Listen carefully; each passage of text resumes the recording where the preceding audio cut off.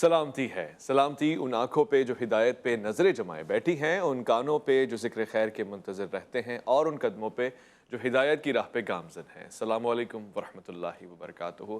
تمام تعریفیں خدائے بزرگ و برتر کے لیے جو وحد لا شریک ہے، نہ کوئی ثانی نہ کوئی ہمسر، درود لا محدود محبوب رب الودود، راحت العاشقین مراد المشتاقین حضرت محمد مصطفیٰ، آپ کی آل پاک، آپ کے جانثار انصار اور اصحاب پر زرمن۔ آپ دیکھ رہے ہیں الف لام میم، میں آپ کا میزبان محمد اویس ربانی تہہ دل سے آپ کو کہتا ہوں خوش آمدید۔ خواتین و حضرات، حضرت آدم علیہ السلام جنت میں بھیجے گئے، جنت میں ان کے پاس تمام تر سہولیات تھی، مگر ایک رفیق چاہیے تھا، اور خدا جو خالق کائنات ہے، جو کہتا ہے کہ ہم تمہارے دلوں کا حال جانتے ہیں، اور الا یعلم بالخلق، وہ جس نے خلق کیا ہے وہ نہیں جانتا ہوگا، لہٰذا اس نے فی الفور اگر کوئی نعمت حضرت آدم علیہ السلام کو دی، وہ تھی ایک ساتھ، ایک تعاون، ایک رفیقہ، ایک ایسا ہمسفر جو ان کے ساتھ چل سکے۔ اور پھر اس وقت سے لے کر آج تک انسان کو ایک دوسرے کے ساتھ ایسے جوڑ دیا ہے کہ جس کو جوڑا وہ کہتا ہے۔ صرف انسان ہی کو نہیں، اس نے ہر جگہ جوڑے بنائے، مگر انسان کا جوڑا خاص اس لیے ہے کہ یہ دونوں تعاون کرتے ہیں ایک دوسرے کی زندگی میں، چاہے وہ معاشرتی معاملات ہوں، اخلاقی معاملات ہوں، دینی معاملات ہوں، معاشی معاملات ہوں، ہر لحاظ سے، لہٰذا دونوں ایک دوسرے کے بغیر ادھورے معلوم ہوتے ہیں۔ آج نئی نسل کو، خاص طور سے ہماری بہنوں کو، ماؤں کو یہ بتایا جا رہا ہے کہ تم غلامی میں ہو اور تمہارے پاس جو کچھ ہونا چاہیے وہ نہیں ہے، تم آزاد نہیں ہو۔ میں اس موضوع کو بہت ہی خاص سمجھتا ہوں اور میں جاننا چاہتا ہوں کہ اسلام ان کو کون سی آزادی دیتا ہے، عالم اسلام میں ایک عورت کا معیار، مقام، مرتبہ کیا ہے، اور وہ کون سا میں سمجھتا ہوں کہ خزانہ ہے جو چھین لیا ہے آج کے دور نے ایک عورت سے، خاص طور سے عالم اسلام سے تعلق رکھنے والی خاتون کے ساتھ۔ اس حوالے سے آپ کو پتہ ہے پروگرام ہمیشہ روشن ہوتا ہے، روشن خیالی پہ مبنی ہوتا ہے، مگر وسعت نظر والی، وسعت فکر والی، نہ کہ یہ کہ کسی کی طرف ہم رجحان دے کے یہ کہہ سکیں کہ جی ہم اس کے ضد میں کر رہے ہیں، بلکہ خواتین و حضرات ہم عالم اسلام کے اس چہرے کی طرف توجہ ڈالنے کی کوشش کر رہے ہیں کہ جو صدیوں سے باوقار ہے، روشن ہے، مگر شاید کہ اسے سمجھنے کی اب تک بھرپور کوشش نہیں کی گئی ہے۔ میں آج کے اس پروگرام میں خوش آمدید کہنا چاہتا ہوں، میرے ساتھ تشریف فرمائیں، عالم دین ہیں، گفتگو فرماتے ہیں تدریسی انداز میں، اور تعلیم اور تبلیغ کا سلسلہ جاری و ساری رکھتے ہیں، ڈاکٹر عامر عبداللہ محمدی۔ السلام علیکم ورحمۃ اللہ۔ وعلیکم السلام ورحمۃ اللہ۔ میں خوش آمدید کہنا چاہتا ہوں، پاکستان اور دنیا بھر میں سنا جاتا ہے ان کو، خاص طور سے جو امور خواتین سے جڑے ہوئے ہوتے ہیں اس میں ہر طرح سے بالقول بھی بالفعل بھی ہمیشہ لوگوں کی رہنمائی کرتی ہیں، ان کے لیے ایک سایہ بنی رہتی ہیں، اور ان کی عملی زندگی بھی اس بات کی وضاحت کرتی ہے۔ میں خوش آمدید کرنا چاہتا ہوں جناب عالیہ سارن کو۔ السلام علیکم ورحمۃ اللہ۔ وعلیکم السلام۔ سب سے پہلے میں یہ ضرور پوچھوں گا، آپ ابھی حالیہ دنوں میں ظاہر حج کی سعادت حاصل کر کے آئی ہیں، ایک عورت کے لیے حج کرنا کتنا آسان ہے اور کتنا مشکل ہے؟ کیا کیا تکالیف تھیں، کیا کیا آسانیاں تھیں، اور کیا کیفیت تھی؟ عورت کے ساتھ اس کا محرم کھڑا ہو تو کچھ بھی مشکل نہیں ہے۔ اللہ کا کرم احسان ہے، میں اپنے بھائی اور بھابھی کے ساتھ حج پر گئی، اور وہاں مجھے اب تک ایسا لگتا ہے کہ میں نے ایک خواب دیکھا ہے، مجھے اب تک یقین نہیں آتا، اور خواب کی ساری یادیں بہت خوبصورت ہیں۔ میں بھائی کو تو دعا دوں گی اللہ اسے سلامت رکھے، میں اپنی بھابھی کو بھی دعا دوں گی اس سے زیادہ کہ اللہ اس کو سلامت رکھے۔ عورت اور مرد جب ایک ساتھ مل کر خاندان چلاتے ہیں تو آپ دونوں خاندانوں کو سمیٹتے ہیں، یعنی دونوں کے سسرالوں کو سمیٹتے ہیں، تو بھابھی کا مجھے لے کے جانا ایک بہت اچھی بات ہے۔ حج کے حوالے سے بلاوا بھی اللہ کا تھا، میزبانی بھی اللہ کی تھی، اور نوازا بھی اس نے بہت۔ سبحان اللہ۔ میری خوش نصیبی، سالم صاحب کو اللہ زندگی صحت دے کہ میں کافی عرصے سے انہیں کہہ رہی تھی ساتھ چلنے کے لیے، لیکن کیونکہ ایک ذمہ داری اٹھائی ہوئی ہے میں نے بھی اور سالم صاحب نے بھی۔ بقرعید میں یہاں پہ اجتماعی قربانی ہوتی ہے، اور قربانی کے جانور سالم صاحب خود لے کر آتے ہیں۔ پاکستان میں دور جن جگہوں کے وہ اچھے ہیں، اونٹ اچھے ہیں، جہاں کے گائیں اچھی ہے، خود خرید کے لاتے ہیں، تو مجھے نہیں لے جا پا رہے تھے۔ یہ میں اس لیے مینشن کر رہی ہوں کہ جو ذمہ داری ایک محرم اپنی دوسری ذمہ داری کی وجہ سے نہیں کر پا رہا تھا تو بھائی آگے آ گیا۔ کیا خوبصورتی ہے نا! میں تو اپنے آپ کو اتنا خوش نصیب سمجھتی ہوں کہ اللہ تعالیٰ نے بہترین شوہر دیا، بہترین بھائی دیے، اور بہترین بیٹے دیے۔ ایک باپ کی جو تھی، میں بچپن میں میرے پاس سے اللہ تعالیٰ نے ان کو لیا، اللہ کی مرضی ہے، میں اس میں راضی ہوں، لیکن پھر کتنے اچھے اللہ تعالیٰ نے اور محرم دیے۔ تو حج پہ کسی بھی عورت کو بغیر محرم کے نہیں جانا چاہیے۔ عمرے پہ بھی میں یہی کہوں گی کہ کوشش کیجئے کہ حد الامکان بلکہ اپنے محرم کے ہی ساتھ جائیے۔ میں تھوڑا سنبھل کے اس لیے بات کر رہی ہوں کہ وہاں پر جب سعودی گورنمنٹ نے اجازت دے دی، اور بہت بڑے بڑے جو کہ ان ساری چیزوں کو سمجھتے ہیں, مفتی ہیں, سب لوگ ہیں, جب وہ کوئی بات کہہ دیتے ہیں تو پھر مجھے ان کے پیچھے خاموش ہونا پڑتا ہے. جب وہاں سے اجازت مل گئی تو میں کیا کہہ سکتی ہوں. لیکن چلیے میں یوں ہی کہہ دیتی ہوں, ایک عورت کے حوالے سے ہی کہہ دیتی ہوں کہ عورت کو ہر مقام پر اپنے محرم کو ساتھ رکھنا چاہیے. ہاں, خدا نخواستہ اگر کوئی بھی نہیں ملتا, کوئی بھی حیات نہیں ہے, تو پھر فتویٰ بھی لیجئے, پھر آپ بات بھی کیجئے, لیکن اپنی مرضی سے یا اپنی کسی پسند ناپسند میں اپنے محرم کو پس پشت نہ ڈالیے. رب نے ایک نہیں ہمیں کئی محرم دیے ہیں, ایک نہیں دستیاب, کسی دوسرے سے بات کریں, لیکن عورت اپنے آپ کو بیچ میں رکھ کے, اپنے محرموں کو ہی آس پاس اپنے رکھے تو محفوظ ہے. کوئی جگہ درندوں سے خالی نہیں ہوتی, اور ہمیں چاہیے کہ اپنی حفاظت ہم خود کریں. زمانے کے اوپر اپنے آپ کو چھوڑ دیں گے تو پھر زمانے سے شکوہ نہ کیجیے گا. زمانہ تو کھال بھی ادھیڑتا ہے اور بوٹیاں بھی نوچ کے پھینک دیتا ہے. ایسا ہی حقیقت ہے, اور اس میں کوئی اعتراض نہیں ہے, بلکہ زمانے میں ہونے والے بہت سارے حوادث اس بات کی نشاندہی کرتے ہیں. ڈاکٹر صاحب, عالم اسلام میں ایک عورت کا مقام و مرتبہ ہم سمجھنے کی کوشش کرتے ہیں. اس میں کوئی شک نہیں ہے کہ امہات المسلمین اور خاص طور سے جناب سیدہ سلام اللہ علیہا کے حوالے سے گفتگو ہوتی ہے, ایک وقار ہے, ایک مرتبہ ہے. مگر اس کے علاوہ بھی اگر ہم آگے بڑھیں, ہمیں اسلام کیا بتاتا ہے, عورت کا مقام مرتبہ کیا ہے؟ بسم اللہ الرحمن الرحیم. اسلام نے عورت کو بہت بڑا حقوق دیے ہیں, بہت زیادہ رتبے دیے ہیں, بہت زیادہ فضیلت سے نوازا ہے. اور یہ کہنے میں کوئی بات نہیں ہے کہ ایک کامیاب مرد کے پیچھے بھی ایک عورت ہوتی ہے. نبی کریم صلی اللہ علیہ وسلم کی جو شریک سفر تھیں, آپ کی مشن کی ہمراہ تھیں, اور سب سے پہلی مسلمان تھیں, وہ ایک خاتون ہی تھیں. اور یہ کہا جاتا ہے کہ عورت نبی تو نہیں بنی, لیکن نبی کی ماں ضرور بنی ہے, اور کوئی نبی ایسا نہیں کہ جس کی کوئی ماں نہ ہو. جیسے کہ آپ نے انٹرو میں کہا کہ نبی کریم حضرت آدم علیہ السلام کی اللہ نے تخلیق کی, اور اس کے بعد جو پہلا اللہ تعالیٰ کی تخلیق کا مظہر تھا وہ ایک عورت تھی. تو یہ اللہ رب العالمین نے جوڑا بنایا ہے, یعنی انسان کے لیے سب سے پہلا جوڑا اللہ رب العالمین نے اس کی زوجین کا بنایا ہے. تو بحیثیت عورت اللہ اسلام نے حق ملکیت دیا عورت کو, کہ عورت اگر کسی جس کی مالک ہے تو وہ عورت ہی اس کی مالک ہے. اسلام نے عورت کو اس طور پہ نہیں لیا کہ یہ ضمیمہ ہے مرد کا, بلکہ اس کا ایک الگ وجود دنیا کو بتایا. جس وقت پوری دنیا یہ سمجھتی تھی کہ عورت انسان ہے بھی کہ نہیں ہے, اس وقت اسلام نے بتایا کہ نہ صرف یہ انسان ہے بلکہ آدمی کو انسان بنانے والی ہے. یعنی اس کی گود بہترین تربیت گاہ ہے. اور فرمایا تھا کہ پوری دنیا بہترین ساز و سامان جتنا دنیا کا ہے وہ سب متاع ہے, لیکن خیر متاع دنیا, جو دنیا کا بہترین, جو ایک جس کو کہا جا سکتا ہے یہ بہترین چیز ہے پوری دنیا میں, وہ فرمایا نیک عورت ہے. المرأۃ الصالحہ, نیک عورت. اور نیک عورت کون ہوتی ہے؟ جس کی سرشت میں یہ موجود ہو کہ وہ عورت ہے, جو اپنے وجود کو تسلیم کرے.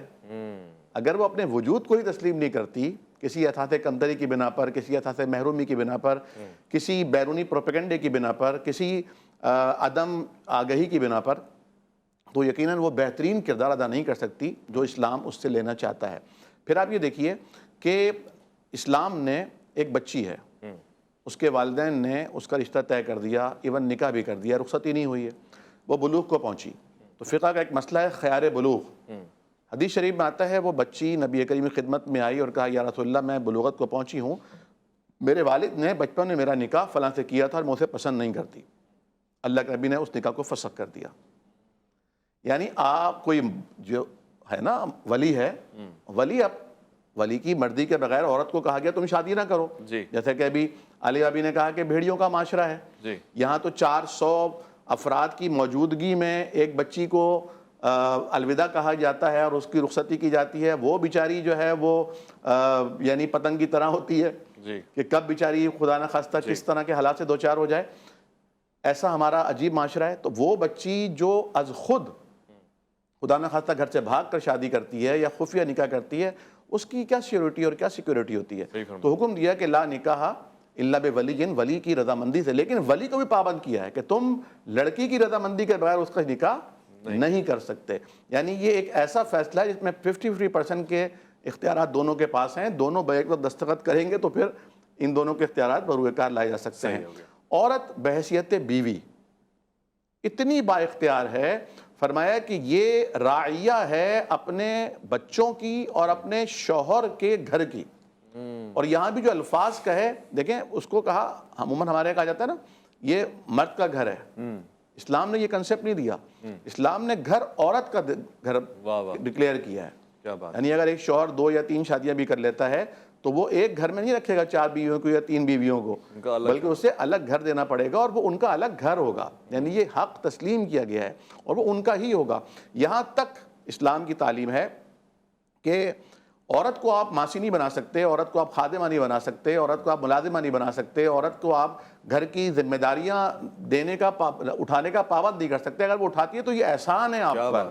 کیا بات ہے. یہ اگر اٹھاتی ہے تو یہ اس کی اچھی تربیت ہوئی ہے اور یہ احسان ہے. اور یہ آپس میں بیٹھ کر جب زوجین آپس میں بیٹھ کر یہ طے کر لیتے ہیں کہ ہم نے ساتھ مل کر, جس طرح کہ ابھی علی بھابی نے کہا کہ اگر شوہر کسی ذمہ داری کی بنا پر اپنی وہ ذمہ داری نہیں نبھا پا رہا تو یہ اسلامی خاندانی سسٹم کی خوبصورتی ہے. یہ پھر دیگر لوگ سامنے آتے ہیں. اور ایک جو ہے وہ نند بیٹھ کر آن ایئر نیشنل ٹی وی کے اوپر اپنی بھابھی کو خراج تحسین پیش کر رہی ہیں, تو یہ اسلامی خاندانی سسٹم کی خوبی ہے. اور یہ جو ڈرامے دکھائے جاتے ہیں اس کے بالکل برعکس ہے, کیونکہ ڈرامے شاید معاشرہ ایسا بنانا چاہتے ہیں, ایسا معاشرہ ہے نہیں. اور آپ کی بات سے میں ایک جملہ لوں کہ ڈرامے تو اصل میں ڈرامے ہوتے ہیں نا, وہ ڈرامہ ہی ہے, وہ حقیقت نہیں ہے. الحمدللہ ماشاءاللہ جی ماشاءاللہ. وہ کچھ جگہوں پہ فلمیں بھی ہوتی ہیں لیکن ان فلموں کو بھی ہینڈل کرنا پڑتا ہے. خواتین حضرات, ایک مختصر وقفہ, لوٹ کر آئیں گے اسی موضوع پہ گفتگو کی. الف لام میم میں آپ کا انتظار ہے.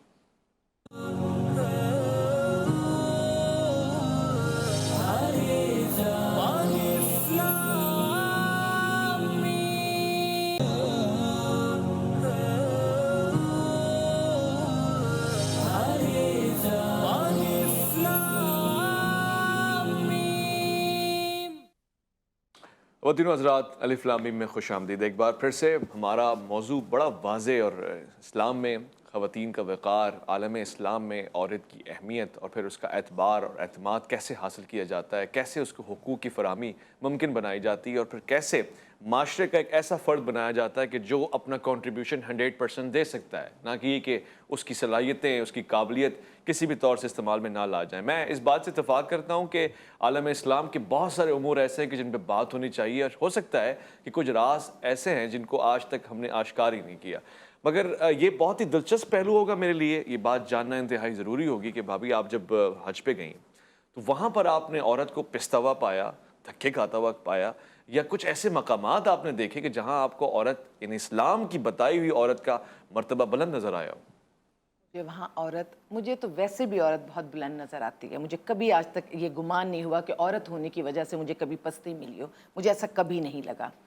اور اگر میں حج کے حوالے سے بات کروں تو میں نے وہاں سے اپنی ویڈیوز بھی اپلوڈ کی ہیں. یہ اس لیے کہ جو آج یہ نہ دیکھ سکیں وہ عالیہ.سارم برنی انسٹاگرام پہ جا کر دیکھیں کہ میں نے انہی جگہوں پر بات کی ہے جب میں مطاف میں تھی اور وہاں میرا دل چاہا پاکستان کے لیے دعا کرنے کے لیے. تو جیسے کوئی مرد وہاں دعا کر رہا تھا, وہ بڑی خاص جگہ ہے, وہاں میں نے بھی ہاتھ اٹھا کے پاکستان کے لیے دعا کی. تو دعا جو ہمارے لیے سب سے قیمتی ہے, عورت اور مرد دونوں کی دعا اللہ سنتا ہے, قریب ہو کے سنتا ہے, اور جو زیادہ مجبور, زیادہ لاچار ہے اس کے زیادہ قریب ہو کے سنتا ہے. تو اللہ نے اپنے گھر میں آنے کی اجازت اگر مرد کو دی تو عورت کو بھی دی. وہاں نماز وہ پڑھ رہے ہیں تو میں بھی پڑھ رہی ہوں, دعا وہ کر رہے ہیں دعا میں بھی کر رہی ہوں, دعا ان کی سنی جا رہی ہے, دعا میری بھی سنی جا رہی ہے. خانہ کعبہ کو ہاتھ انہوں نے لگایا, ہاتھ میں نے بھی لگایا. جو چیزیں, ہاں میں حجر اسود کو بوسہ نہیں دے سکی, اس کا مجھے اتنا ملال نہیں, کیونکہ دور سے ہم نے اس کو دیکھ کر چوم لیا. پھر جب عمرے کی اس میں, جب میں یہاں سے میں طواف کر کے میں فارغ ہوتی ہوں اور میں جب صحیح کے لیے جاتی ہوں, تب تو آپ یقین جانیے میں جتنی دیر وہ چکر ساتھ لگاتی رہی, میں اللہ کے آگے دل چاہا کہ جو سجدہ کروں تو بس سجدے میں رہ جاؤں. واہ سبحان اللہ. وجہ یہ ہے کہ کون عورت کی ذات کی نفی کر سکتا ہے یا اس کو کمتر بتا سکتا ہے؟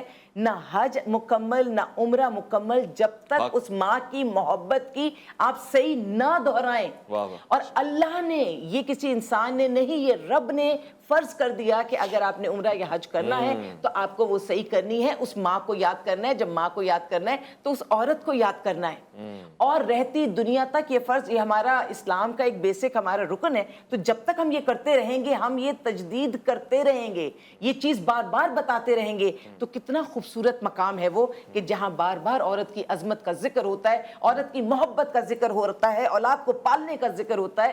تو عورت وہاں سے کیوں نہیں نتیجے اخذ کرتی جب ہم اتنے معتبر ہیں اور ماں کے پیروں کے نیچے جنت کر دی، مرد کو ہم ہر وقت برا بھلا کہتے ہیں جبکہ ایسا ہے نہیں.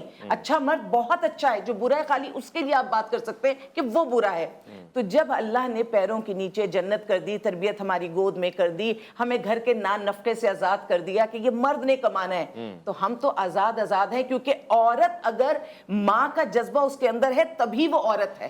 اگر اس کے اندر ماں کا جذبہ نہیں ہے تو وہ عورت ہو نہیں سکتی. کیونکہ جب بیٹی پیدا ہوتی ہے تو وہ اس وقت اس جذبے کے ساتھ پیدا ہوتی ہے. یہ رب کی کتنی کرم نوازی ہے کہ اس کے اندر رحم دلی، اس کے اندر پالنا، اس کے اندر عفو درگزر، معاف کر دینا، یہ سب ماں کے اندر موجود ہوتا ہے. تو ان چیزوں کے خلاف ہم کیوں جانا چاہتے ہیں؟ یہ تو ہمارے اپنے اندر چیزیں موجود ہیں. تو ان چیزوں کو لے کے ہم نے آگے بڑھنا اور اپنے آپ کو منوانا ہے. اگر ہم نے اپنے آپ کو ماں کے رتبے سے نیچے کر دیا پھر ہم دنیا میں کچھ نہیں بن سکیں گے. شاید ہم بہت حسین بن جائیں، شاید پوری دنیا کی نظریں ہم پہ ہوں، شاید ہمارے حسن کے بہت سارے پسندیدہ لوگ ہوں جو پسند کریں ہمیں، ہمارے حسن کو، لیکن عورت اوپر سے خالی حسن نہیں ہے. عورت تو وہ حسین ہے جو اندر سے حسین ہے. اور اندر کی حسین عورت وہی ہوتی ہے کہ جو اصل میں عورت ہے، جو قربانی دینا جانتی ہے، جو گیونگ اینڈ پر رہتی ہے، جو اولاد کو پیدا کرنا جانتی ہے، اس کو پالنا جانتی ہے. اور اس کے ساتھ ہی میں کہہ دوں کمزور نہیں ہوتی ہے، وہ طاقتور ہوتی ہے. لیکن سوسائٹی سے بس اتنا سا جملہ ضرور کہوں گی کہ اس کو اس انتہا تک نہ لانا جس کے بعد وہ اپنے آپ کو ثابت کرے. وہ ثابت ہوئی بھی ہے، اللہ نے اس کو وہ مقام دیا ہوا ہے. اور اگر میں ویڈیو کی بات کروں تو میں جب جبل رحمہ کی طرف میں گئی اور سارے معاملات ہوئے تو وہاں پر جس انداز میں مجھے آگے جانے کی اجازتیں ملی تو میں نے کہا نا میں حج سے بہت کچھ لے کر آئی. ہر وقت ہم اللہ سے پوچھتے تو ہے نا کہ اللہ تو ہمیں کتنا پیار کرتا ہے، کرتا تو ہے وہ، یہ ہمیں یقین ہے، پھر بھی ہم کبھی جاننا چاہتے کتنا. تو جب وہ ہمارے لیے راستے آسان کرتا ہے، جب وہ منزلیں ہمیں دیتا ہے، جب ان مقامات پہ جا کے ہمیں وہ ہماری آنکھیں کھلتی ہیں تو یقین کیجئے پھر یہ دنیا ہیچ نظر آتی ہے. پھر تو دل یہی چاہتا ہے دو اور اتنا دو جتنا رب نے طاقتور بنایا ہے، جتنا اس کا حکم ہے. تو عورت اپنے آپ کو نہ تو کمتر سمجھے، نہ معاشرے میں کسی مقابلے پر آئے. اس کی عزت مستحکم ہے، اس پر کوئی سوال نہیں ہے. اس نے حفاظت کرنی، مرد یا عورت دونوں نے، صرف اپنے کردار کی. جو کردار کی غازی ہے بس وہی اصل میں عورت ہے. بہت خوب. یعنی کردار کی حفاظت کرنا ہی انسان کو مضبوط بناتا ہے. اور پھر ایک عورت صرف اپنے کردار کی نہیں، اپنے گھر کے اعتبار کی، اعتماد کی حفاظت کر رہی ہوتی جب وہ اپنے کردار کی حفاظت کر رہی ہوتی. ڈاکٹر صاحب یہ بہت ضروری پہلو ہے. اب میں اس لیے بھی آج آپ اس پروگرام کے لیے خاصا رکھتے ہیں کہ آپ تبلیغ کرتے ہیں، فروغ دیتے ہیں اس بات کو کہ عورتیں مسجد تک بھی آئیں، مسجد میں ان کو نظر انداز نہ کیا جائے، جماعت کا یا نماز کا یا عبادات کا یا خطبات کا حصہ بنیں. اس سے کیا فائدہ ہو سکتا ہے ایک معاشرے کو؟ دیکھیے آپ کے علم میں ہے کہ میرا الحمدللہ بیٹیوں کا انسٹیٹیوٹ بھی ہے. جی ماشاءاللہ. Arabic girls college for Islamic studies, اور 1995 سے الحمدللہ میں اسے رن کر رہا ہوں. ماشاءاللہ. تو جیسے کہ ابھی عالیہ بھابی نے فرمایا، دیکھیں عورت کا مرد سے مقابلہ بنتا ہی نہیں ہے. ٹھیک ہے. عورت کہاں مرد کہاں، یعنی مرد کو تو عورت کا ڈرائیور بنایا ہے، مرد کو عورت کا نوکر بنایا ہے. الرجال قوامون علی النساء، یعنی عورتیں ملکہ بن کے بیٹھی ہیں اور آپ ان کی خدمت کے لیے ان کے گارڈ بن کے کھڑے ہیں. آپ ان کے قوام ہیں، آپ ان کی خدمت گزار ہیں، آپ ان کے نگراں ہیں، آپ ان کے نگہبان ہیں. پھر قرآن یہ کہتا ہے لیس الذکر کالانثیٰ، مرد عورتوں کی طرح کہاں ہوتے ہیں. واہ. کوئی بچہ پیدا ہوتا ہے، وہ جوان ہو جاتا ہے، جب تک اس کی شادی نہیں ہوتی وہ معتبر نہیں ہوتا. بچی پیدائش کے دن سے معتبر ہوتی ہے. جس کے نکاح میں آتا ہے اس کی عزت بڑھ جاتی ہے، اس کا دین مکمل ہو جاتا ہے. واہ. تو جہاں تک بات ہے کہ عورت کے لیے نبی کریم صلی اللہ علیہ وسلم کا فرمان ہے لا تمنعوا اما اللہ مساجد اللہ، اللہ کی بندیوں کو اللہ کے گھروں میں آنے سے نہ روکو.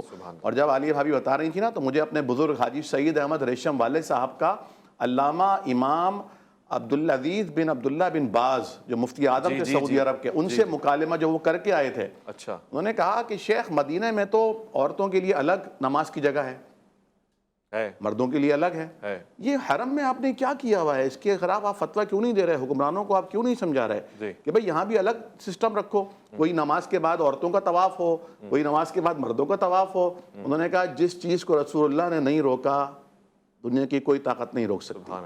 اللہ کے نبی کے زمانے میں ایسا ہوتا تھا، مرد اور عورتیں ایک ساتھ طواف کرتے تھے؟ بالکل کرتے تھے. کچھ حدود ہیں, کچھ قیود ہیں, ان کے ساتھ اپنے محرم کے ساتھ طواف ہو رہا ہے, الحمدللہ ہو رہا ہے. تو جب آپ مسجد میں عورتوں کو آنے کی اجازت دیتے ہیں تبھی تو وہ باتیں عورتیں سن پاتی ہیں جو میں اور آپ اور علی ابھی یہاں کر رہے ہیں. ماشاءاللہ ماشاءاللہ. اگر آپ عورتوں کا مسجد سے راستہ مسدود کر دیتے ہیں اور کہتے ہیں کہ مسجد فتنے کی جگہ, نعوذ باللہ, جبکہ بازار فتنے کی جگہ نہیں ہے, کالج یونیورسٹیز فتنے کی جگہ نہیں ہے, جو کہ آزمائش گاہ ہیں, تعلیم گاہ سے زیادہ وہ آزمائش گاہ ہیں, وہاں تو قدم قدم پر آزمائشی ہو رہی ہیں. تو مسجد, اب جبکہ مسجد میں خواتین کے لیے الگ پورشنز موجود ہیں, ان کے وضو خانے الگ ہیں, ان کے آنے جانے کے راستے الگ ہیں, ان کی انتظار گاہیں الگ ہیں, اب تو کوئی فتنہ نہیں ہے الحمدللہ. اور الحمدللہ اس وقت بھی کراچی میں میرا خیال ہے سینکڑوں بلکہ شاید 1000 کی تعداد سے زیادہ کی مساجد ہیں جہاں الحمدللہ عورتوں کے لیے الگ جائے نماز بنی ہوئی ہے, اور ان کا تعلق کسی خاص مسلک سے نہیں ہے بلکہ وہ نارمل الحمدللہ مساجد ہیں. بحریہ کی مساجد کو آپ دیکھ لیجئے, نئے ناز آباد میں مساجد بن رہی ہیں, ہاسپٹلز میں مساجد ہیں, جامعات میں الحمدللہ ایسی مساجد ہیں. یہ بہت ضروری ہے. اور بالخصوص خطبات کے اندر جب خواتین آئیں گی, مزے کی بات دیکھیں, جمعے کے خطبات میں خواتین نہیں آ سکتی, جو اجتماعات ہوتے ہیں وہاں خواتین کے پردے کا انتظام ہوتا ہے, جو عام اجتماعات ہیں وہاں تو آ کے نماز پڑھیں گی, لیکن جمعے میں نہیں آئیں گی. بھئی جمعے میں کیوں نہیں بلاتے جب ہر ہفتے, دیکھیں اگر مرد دیندار ہوتا ہے نا, یا مرد ایک اچھا مسلمان ہوتا ہے تو وہ دہلیز تک اسلام رہتا ہے. لیکن اگر ایک عورت دیندار ہوتی ہے, دین سے واپس, دین سے مطلب اچھی انسان ہوتی ہے, دیندار ہونے کا مطلب اچھا انسان ہونا ہے, مذہبی ہونا الگ چیز ہے, دیندار ہونا الگ چیز ہے. تو وہ یہ دین پھر نسلوں میں جاتا ہے, یہ مینرز, یہ نظام, یہ بہترین خصوصیات نسلوں تک جاتی ہیں. اور میں تو یہ کہا کرتا ہوں کہ ایک بہترین تعلیم یافتہ لڑکی اپنی جگہ ایک یونیورسٹی ہے. واہ, بے شک ایسا ہی ہے, اپنی جگہ ایک یونیورسٹی ہے, بے شک.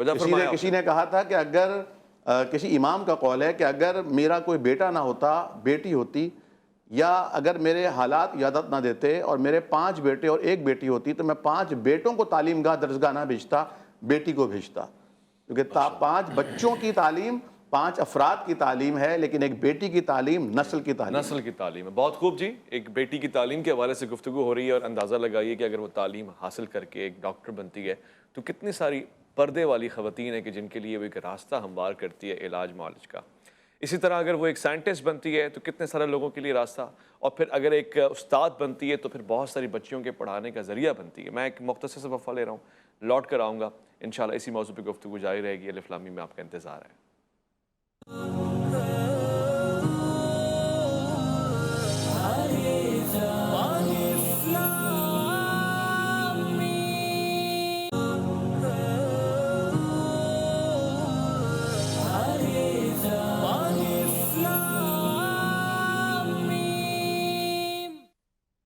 خواتین حضرات خوش آمدید. بات ہو رہی ہے عورت کے عنوان کے اوپر, اور یہ بہت ہی خاص موضوع ہے.